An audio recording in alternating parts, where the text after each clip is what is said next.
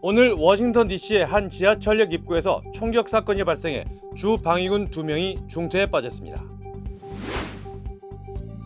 추수감사절을 하루 앞둔 오늘 미 북부와 중서부를 북극 한파가 덮치며 항공편 지연이 속출했습니다. 엘라바마 중부 지역을 강타한 폭풍으로 나무와 전신주가 쓰러져 주택 파손과 정전 피해가 잇따랐습니다. 트럼프 정부가 내년 1월부터 그랜드 캐년과 옐로스톤 등 미 주요 국립공원에서 외국인 입장료를 최대 12배 올려받기로 했습니다. 트럼프 대통령이 오바마 케어 보조금을 임시로 연장하는 방안에 대한 가능성을 언급했습니다. 하지만 2년 연장에는 반대 입장을 보였습니다.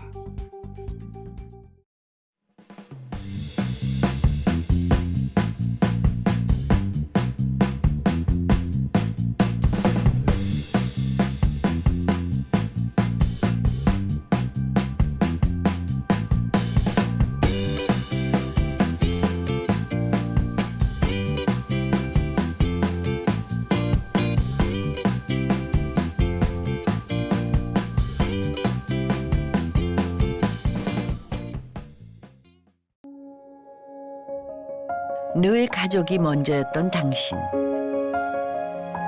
늘 우리가 먼저였던 당신. 그런 부모님의 건강을 위해 서울 메디칼 그룹이 준비했습니다. 더 많은 의사, 더 다양해진 서비스, 더 커진 네트워크로 당신의 건강을 먼저 생각합니다. 사랑하는 마음으로 가족처럼 SMG. 시청자 여러분 안녕하십니까? 11월 26일 수요일 SBS 뉴스 시작합니다. 오늘 오후 워싱턴 DC 백악관 인근에서 주방위군 2명이 총격을 받아 중태에 빠졌습니다. 용의자는 경찰에 체포됐습니다. 당국은 이번 사건을 타겟 범죄로 보고 있는 가운데 이 사건 직후 트럼프 대통령은 해당 지역의 주방위군 500명을 추가 배치하라고 지시했습니다. 오늘 첫 소식 이두현 기자가 보도하겠습니다. 워싱턴 DC 백악관 인근에서 총격이 발생해 주방위군 2명이 중태에 빠졌습니다. 미 동부 시각 26일 수요일 오후 2시 15분쯤 워싱턴 DC 패러거 웨스트 지하철역 입구에서 총격 사건이 발생했습니다. When a suspect came around the corner, raised his arm with a firearm and discharged it at the National Guard members. For other members that were in the area, they were able to, after some back and forth, able to.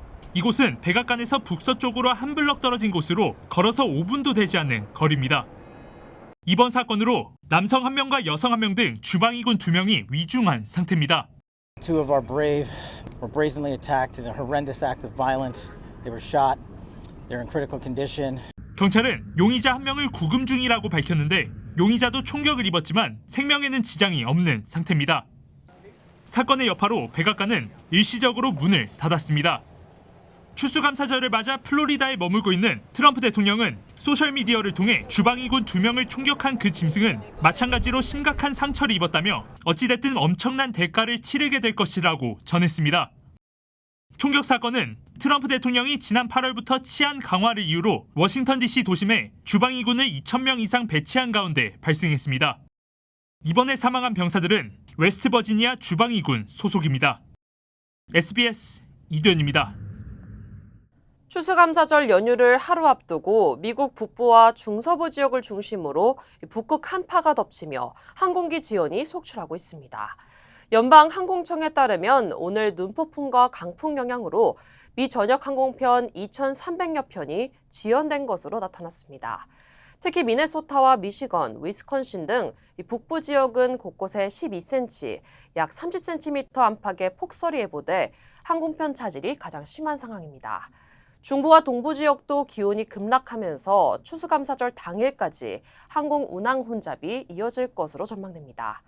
한편 노스다코타주에서는 눈길에 미끄러진 차량이 구조 작업 중이던 소방대원들을 덮칠 뻔한 사고가 발생하는 등 도로 결빙으로 인한 추가 사고도 잇따르고 있습니다. 엘라바마 중부 지역엔 폭풍이 강타해 주택 파손과 정전 피해가 잇따랐습니다. 국립기상청은 어제 엘라바마주 마운트 올리브 지역에서 강풍을 동반한 폭풍으로 나무와 전신주가 쓰러지며 주택 여러 채가 파손됐다고 밝혔습니다. 인명피해는 없었지만 나무가 집을 덮치며 일부 주민이 출입구가 막혀 내부에 고립되는 일도 발생했습니다. 당국은 현재 정전과 주택 파손 등 구체적인 피해 규모를 파악하는 한편 복구 작업을 이어가고 있다고 전했습니다. 내년부터 미국의 주요 국립공원 입장료가 대폭 인상됩니다. 트럼프 대통령의 미국 우선주의 정책의 일환으로 외국인들 요금만 올리는 건데요. 여행 계획 있는 분들은 감안하셔야 할 것 같습니다. 뉴욕에서 김범주 특파원입니다. 그랜드 캐년과 옐로우스톤, 요세미티 같은 미국 주요 국립공원 외국인 관광객 입장료가 내년 1월부터 크게 오릅니다. 트럼프 정부는 미국 우선주의를 입장료에도 적용한다고 밝혔습니다. 1년 동안 전국의 국립공원을 무제한 방문할 수 있는 연간 이용권 가격은 외국인에게는 현재 $80에서 $250로 올린다고 발표했습니다.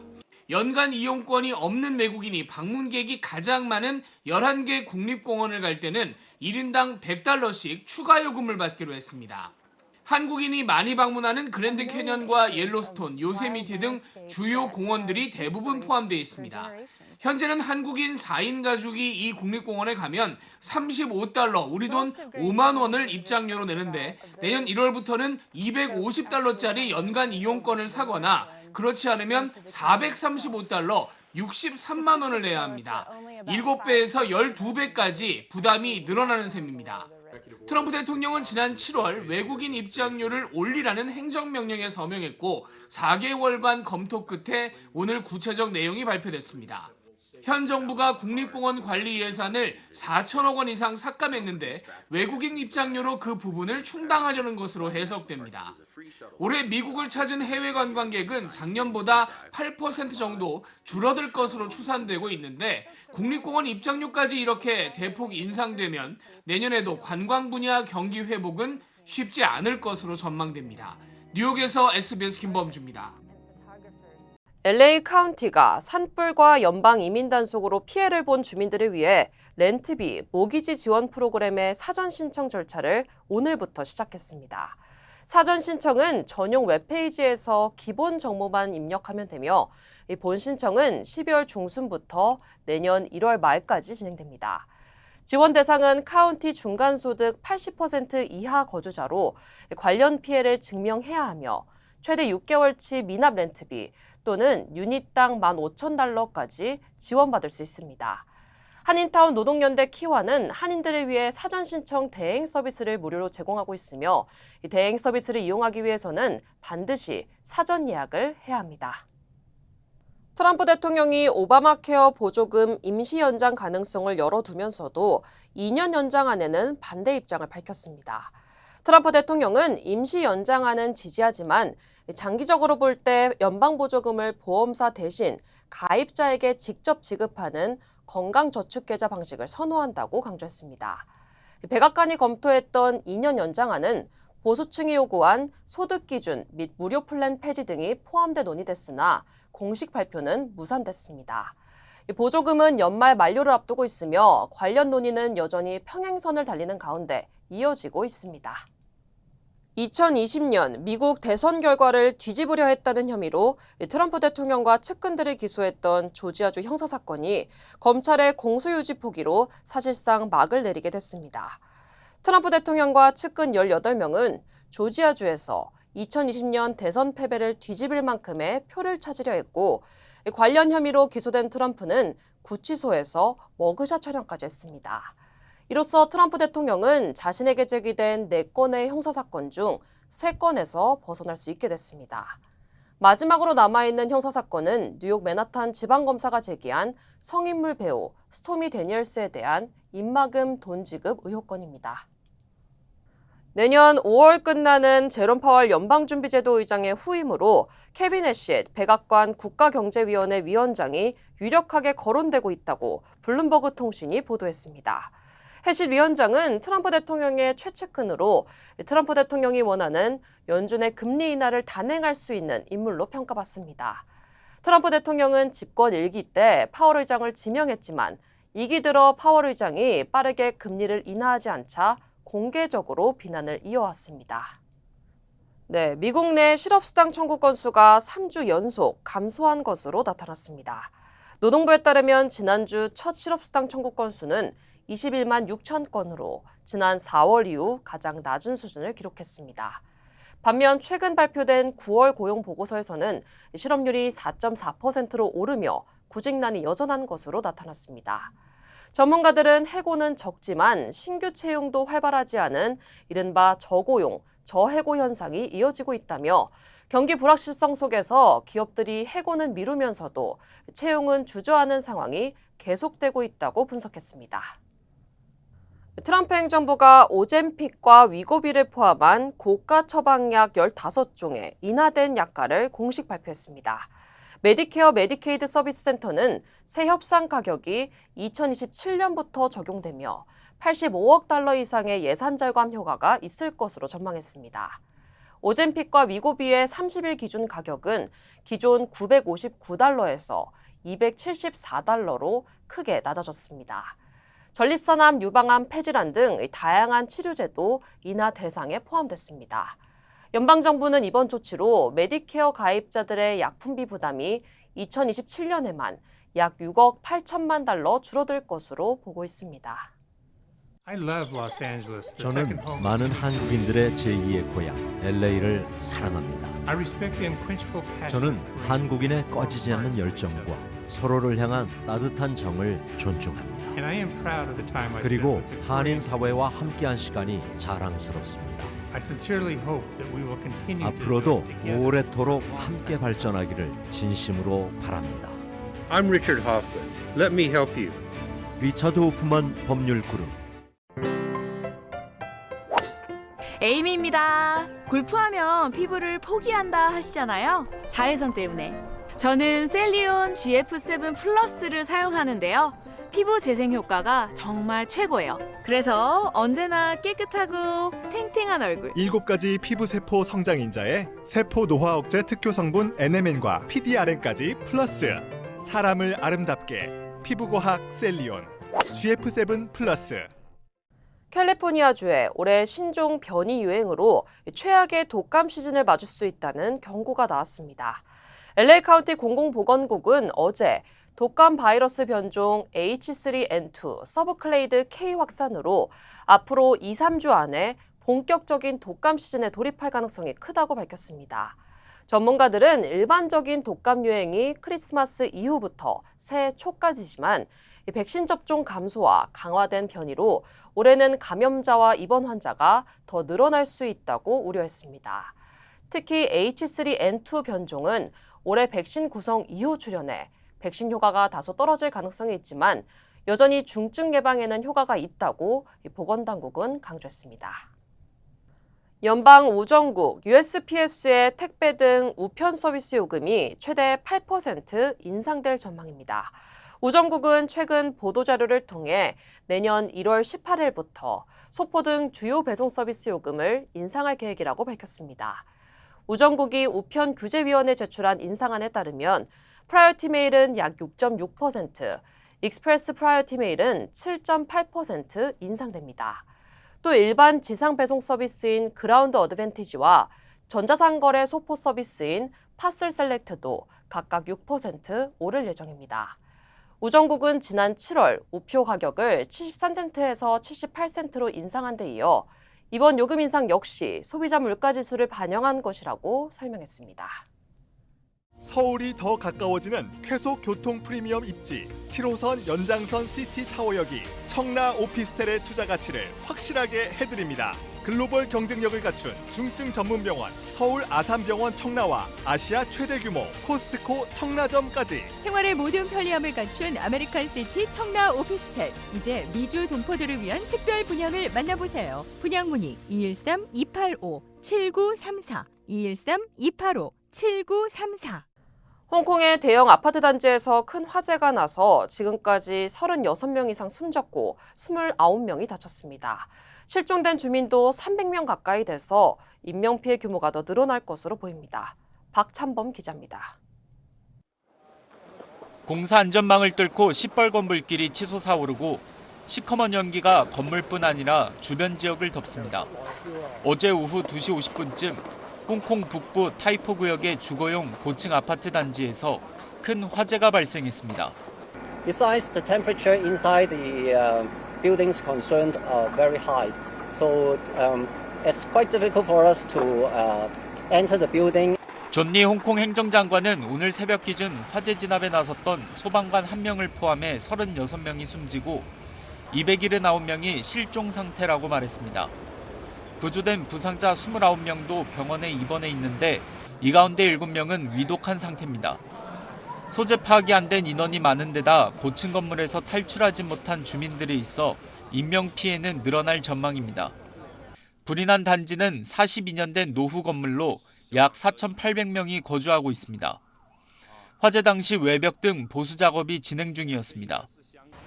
공사장 인근 CCTV 확인 결과 건설 현장 인부가 벌인 담백 공처에서 불이 시작된 장면이 포착됐고 홍콩 경찰은 이번 화재와 관련된 남성 3명을 체포했다고 밝혔습니다. 홍콩 당국은 화재 발생 3시간 반 만에 최고 등급인 5등급 경보를 발령했습니다. 홍콩에서 5급 경보가 내려진 것은 59명의 사상자를 낸 2008년 몽콩 나이트클럽 화재 이후 처음입니다. 주민들은 불이 났을 때 화재 경보기가 작동하지 않았다고 분통을 터뜨렸습니다. 警鐘乜嘢都冇，係咪爆炸聲好響嘅砰聲咯？嗰啲我唔知係咩聲嚟㗎。而家我太太仲喺裏邊啦，我揾佢唔到啊。 시진핑 중국 국가주석은 숨진 소방관과 희생자 가족들에게 애도를 표하고 화재 진압과 구조에 최선을 다해달라고 홍콩 정부에 당부했습니다. SBS 박찬범입니다. 동남아시아 곳곳이 말 그대로 물바다가 됐습니다. 태국 남부에는 300년 만에 폭우가 쏟아지며 도시 전체가 마비됐고 베트남에서는 폭우로 홍수와 산사태까지 덮쳐 91명이 숨졌습니다. 보도에 장선희 기자입니다. 남성 2명이 전봇대 전깃줄에 의지해 아슬아슬하게 발을 내디딥니다. 길은 사라졌고 지붕까지 물이 들어차 한 발 한 발이 위태로워 보입니다. 태국 남부 지역에 지난 일주일 동안 집중호우가 쏟아지며 곳곳이 물에 잠겼습니다. 특히 송클라주에는 21일 하루 동안에만 335mm의 비가 퍼부었는데 300년 만에 가장 많은 강우량입니다.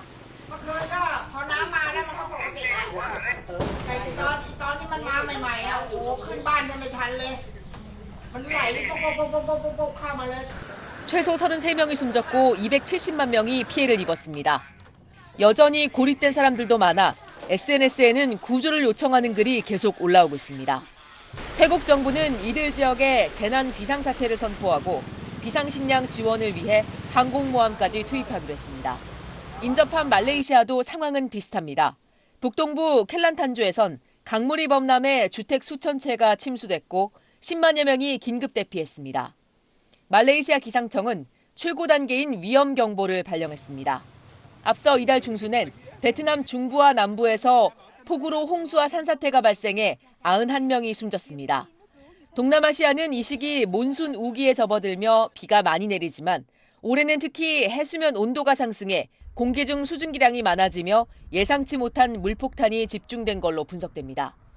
특히 기후변화로 바다 온도가 올라가며 점점 예측하기 어려운 폭우가 잦아지고 있다고 기상 전문가들은 지적합니다. SBS 장선입니다. 계속되는 중일 갈등 속에서 트럼프 대통령이 시진핑 주석, 다카이치 총리와 각각 통화한 게 새로운 변수가 되고 있습니다. 특히 중국은 통화 내용을 연일 부각하면서 다카이치 총리가 트럼프에게 문제아로 보일 거라고 쏘아붙이기도 했습니다. 베이징에서 걸란 특파원이 보도하겠습니다. 중국 민간업체가 본격 대량 생산에 돌입한 극초음속 미사일 YKJ-2CN입니다. 공개된 영상에서 편대를 이룬 8대의 미사일이 일본을 향해 날아가는 걸로 그려집니다. 중국군에 이어 민간업체까지 전투 태세를 과시하며 일본을 압박하는 겁니다. 중국은 시진핑 국가주석과 트럼프 대통령의 통화도 연일 여론전에 활용하고 있습니다. 习近平主席在中美元首通话中阐明了中方在台湾问题的原则立场。 관영 황구시보는 트럼프 대통령이 미국은 타이완 문제가 중국에 얼마나 중요한지 이해하고 있다고 말했다고 거듭 강조했습니다. 트럼프의 최우선 과제는 미중 무역 합의 완성과 내년 4월 성공적인 방중인데 다카이치 총리가 트럼프의 큰 그림에 방해가 돼 문제아로 비칠 수도 있다고 주장했습니다. 일본 언론들은 트럼프 대통령이 시 주석 통화 후 다카이치 총리에게도 전화를 건 사실을 부각하면서도 트럼프가 일본에 대한 지지 언급을 하지 않은 점, 미중 관계를 주요 2개국 G2로 표현한 걸 두고 일본 패싱이 우려된다고 전했습니다. 야당 대표들과 토론에 나선 다카이치 총리는 이 문제에 대한 언급을 피했습니다. 我が国はですね、台湾に関する法的地位や認定をする立場にはございません。 베선트 미국 재무장관은 미중 정상이 내년 최소 4차례 만날 가능성이 있다면서 타이완 문제에 대한 미국의 입장은 일관되다고 밝혔습니다. 일각에선 미국이 중일 관계에서 모호한 입장을 취하며 양측 모두의 협상력을 올리고 있다는 분석이 나오고 있습니다. 베이징에서 SBS 권란입니다. 네, 한국 소식입니다. 내란을 도운 혐의를 받는 한덕수 전 총리가 징역 15년을 구형받았습니다. 특검팀은 내란을 막을 수 있는 유일한 사람은 한 전 총리였는데도 총리로서의 의무를 저버리고 오히려 비상계엄에 정당성까지 부여하려 했다고 강조했습니다. 조윤아 기자입니다. 내란 특검팀은 내란 방조 등 혐의로 기소된 한덕수 전 총리에게 징역 15년을 구형했습니다.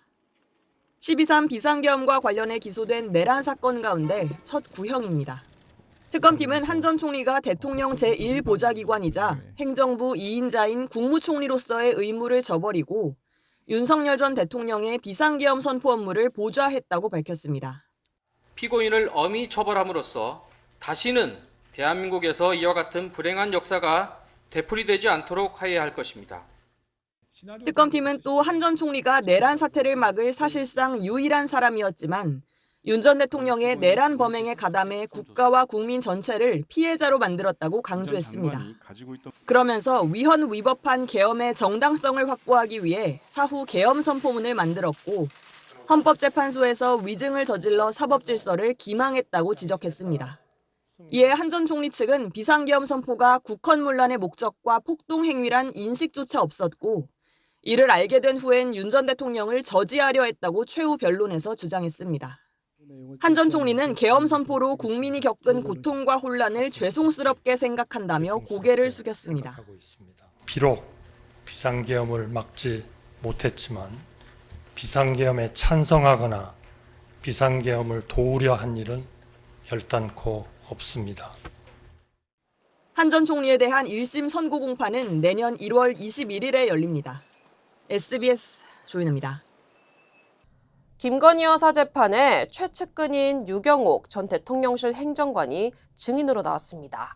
유 전 행정관은 김 여사 사저에서 건진법사 전성배 씨의 처남으로부터 쇼핑백 등을 건네받았고 수사가 시작되자 김 여사가 거짓 진술을 요구해서 검찰에 거짓말을 하기도 했다고 증언했습니다. 백운 기자입니다. 김건희 여사 공판에 김 여사 최측근인 유경옥 전 대통령실 행정관이 증인으로 출석했습니다. 유 전 행정관은 통일교 측이 건진법사 전성배 씨를 통해 건넨 샤넬백을 다른 제품으로 직접 교환한 것으로 지목된 인물입니다.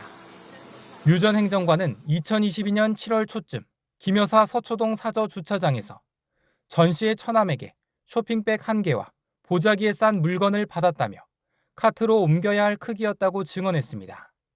그러면서 내용물은 보지 못했고 해당 물건은 검색대를 통과한 뒤 사저로 올라갔다고 말했습니다. 또 유 전 행정관은 김 여사 부탁을 받고 샤넬백을 다른 제품으로 교환한 사실도 인정했고 샤넬 매장에서 영상통화를 통해 김 여사에게 제품을 보여줬다고 밝히기도 했습니다. 또 검찰 수사가 진행되자 김 여사의 부탁으로 제품 교환 경위를 거짓 진술했다고 털어놨습니다. 유 전 행정관은 압수수색과 참고인 조사 요청이 와 김 여사에게 이유를 묻자 김 여사가 건진 고모님과 얘기했으니 고모님 심부름으로 교환한 거라고 하면 안 되겠느냐고 부탁했다고 증언했습니다. 유 전 행정관은 김 여사 요청으로 잘못된 진술을 했다며 깊이 반성하고 있다고 말했습니다. 재판부는 다음 달 초 특검팀의 구형과 김 여사의 최후 진술을 듣는 결심 공판을 진행할 예정인데 이르면 내년 1월쯤 선고가 이뤄질 것으로 보입니다. SBS 백운입니다. 서울 명문대학군의 중심입지 신촌. 이제 차원이 다른 젊음의 도시 에르노플레이스 신촌이 미국 한인 동포들을 찾아옵니다. 미주 한인 교포들을 위한 특별한 기회, 성공 투자의 공식을 모두 갖춘 프리미엄 테라스형 오피스텔 에르노플레이스 신촌이 미국 재외 교포를 위한 우선 특별 공급을 통해 11월 17일 계약을 진행합니다. 투자의 가치가 다른 높은 수익률과 미래 투자 가치까지 11월 17일 에르노플레이스 신촌 오피스텔의 계약을 진행합니다. 분양 계약 문의 818-974-8949. 이재명 대통령이 김용현 전 장관 변호인들의 재판부 모욕 사건과 이화영 전 부지사 재판에서 검사들이 집단 퇴정한 일을 겨냥해서 우려와 유감을 표명했습니다. 중동 순방에서 돌아온 뒤 내린 첫 지시가 이 사건들에 대한 수사와 감찰이었습니다. 강민우 기자입니다. 김용현 전 국방장관의 변호인이 김 전 장관 재판과 관련해 어제 법원에 출석했습니다. 이제 징계를 해서 들어갔다 그래가지고 혹시 입장 좀 여쭐 수 있을까요? 김 전 장관 변호인들은 지난 19일 한덕수 전 국무총리 재판에서 소란을 피웠다는 이유로 감치 명령을 받았고 감치 명령 집행이 정지된 이후엔 재판장을 조롱하는 영상을 올렸습니다. 우리 팀에 대적하는 놈들은 무조건 죽습니다. 이제 이진관 이놈은 죽었어 이거. 뭣도 아닌데 엄청 위세를 떨더라고요. 이재명 대통령은 사법질서와 헌정에 대한 부정행위라며 엄정한 수사를 지시했습니다. 여러 가지 헌정질서의 토대를 이자 가치를 흔드는 행위다라고 보셔서 지시를 내렸고. 이 대통령은 또 검사들의 집단 퇴정에 대해서도 강한 우려와 유감을 표하고 신속한 감찰을 지시했습니다.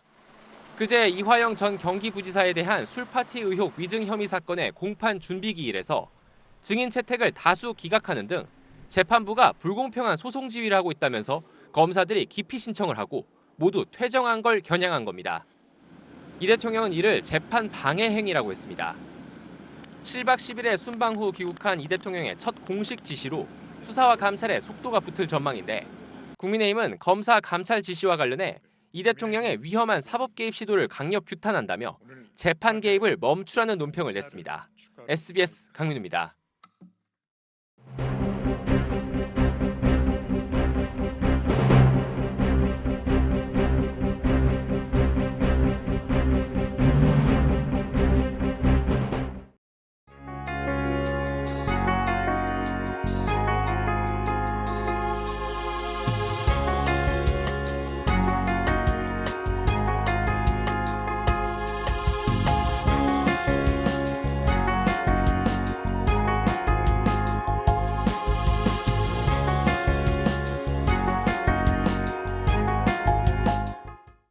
(11월 26일) 수요일 SBS 이브닝 뉴스는 여기까지입니다. 즐거운 추수감사절 연휴 보내시고 따뜻한 시간 되시길 바랍니다. 오늘도 시청해주신 여러분 고맙습니다.